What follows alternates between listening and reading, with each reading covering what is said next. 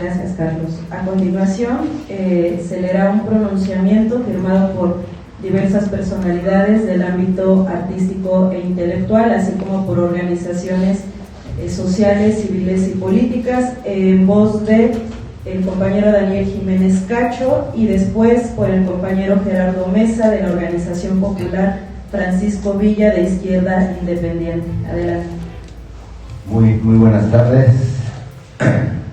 Pronunciamiento nacional e internacional ante la agresión a la comunidad Moisés Gandhi, junio de 2023. A los pueblos de México y el mundo, a las personas, colectividades y pueblos que defienden la vida, a quienes sienten la urgencia de actuar ante un sureste mexicano en llamas.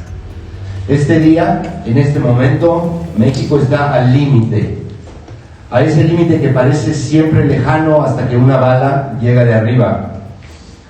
Una bala que llega de arriba detona la rabia del México de abajo. El compañero zapatista Jorge López Santís está en el filo entre la vida y la muerte por un ataque paramilitar de la Organización Regional de Cafeticultores de Ocosingo, Orcao. La misma que ha estado atacando y hostigando a las comunidades zapatistas.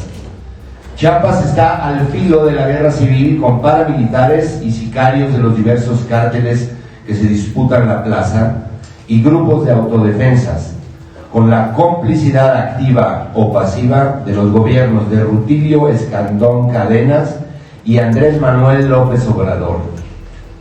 El Ejército Zapatista de Liberación Nacional, que ha mantenido la paz y ha desarrollado su proyecto autonómico en sus territorios, y que ha tratado de evitar el choque violento con paramilitares y otras fuerzas del Estado mexicano, es hostigado, agredido y provocado constantemente. Desde el final del siglo XX y hasta ahora, el EZLN ha optado por la lucha política, por cambios civiles y pacíficos, a pesar de que sus comunidades son atacadas a balazos, sus cultivos incendiados y su ganado envenenado. A pesar de que en lugar de invertir su trabajo en la guerra, lo han hecho en levantar hospitales, escuelas y gobiernos autónomos que han beneficiado a zapatistas y no zapatistas. Los gobiernos, desde Carlos Salinas hasta López Obrador, han tratado de aislarlos, deslegitimarlos y exterminarlos. Hoy, a unos meses de que la lucha del EZLN cumpla 40 años, el ataque paramilitar de la Orcao ha hecho que la vida de un hombre penda de un hilo, del mismo que pende la erupción del México que abajo no aguanta más la presión sobre su dignidad ni la guerra contra sus comunidades y territorios. El ataque de la Orcao no es un conflicto entre comunidades, como lo caracterizaría Carlos Salinas y como seguramente pretenderá hacerlo López Obrador. El ataque es responsabilidad directa del gobierno de Chiapas y del gobierno federal. El primero por solapar el crecimiento de grupos criminales que han hecho que Chiapas pasara de una relativa tranquilidad a ser un foco rojo de violencia. Y el segundo por guardar silencio y pasividad ante la evidente situación del sureste. ¿Por qué ataca la Orcao a las comunidades zapatistas? Porque pueden. ¿Por qué lo permite el gobierno de Rutilio Escandón? Porque en el Chiapas de arriba, gobernar significa bañarse con sangre indígena. ¿Por qué guarda silencio López Obrador?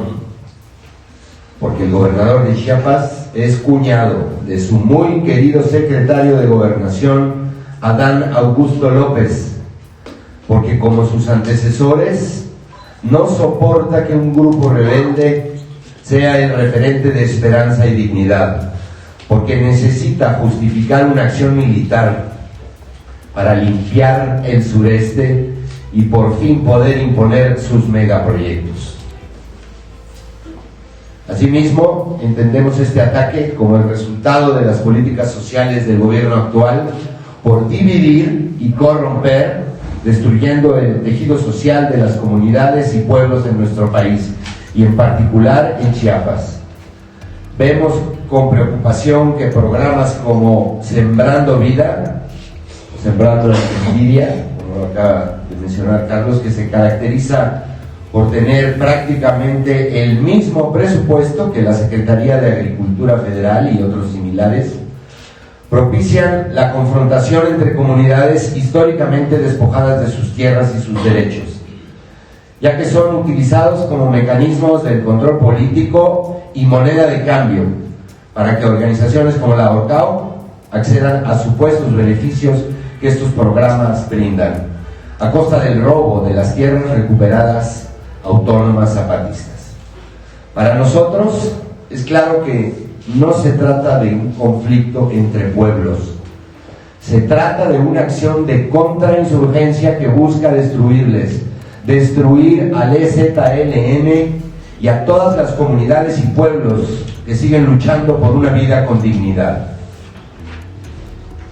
Quienes firmamos esta carta lo hacemos para convocarnos y convocar a quienes creen que la dignidad y la palabra deben levantarse para detener la masacre que se presiente, para convocar a quienes comulgan con el gobierno actual a que abran su corazón a las injusticias que inundan el presente de este país, más allá de sus afinidades o simpatías políticas, para que podamos encontrarnos en la necesidad de actuar con el propósito común de detener esta atrocidad.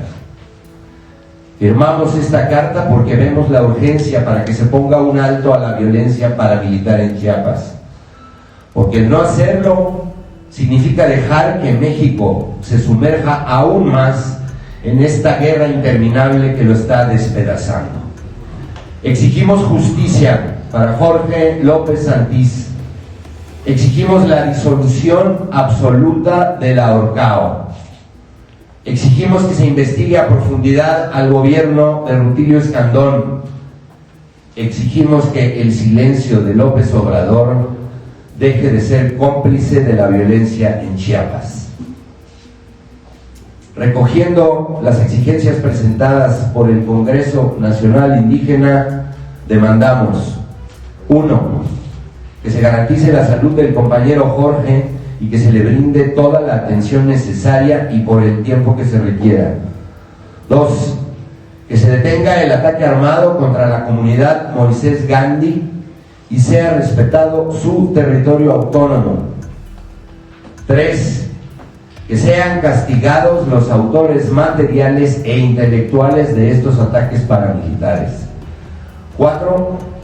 Que sean desmantelados los grupos armados mediante los cuales se mantiene activa y creciente la guerra contra las comunidades zapatistas. También exigimos la libertad inmediata de Manuel Gómez, base de apoyo del EZLN, de cuyo injusto encarcelamiento no nos olvidamos.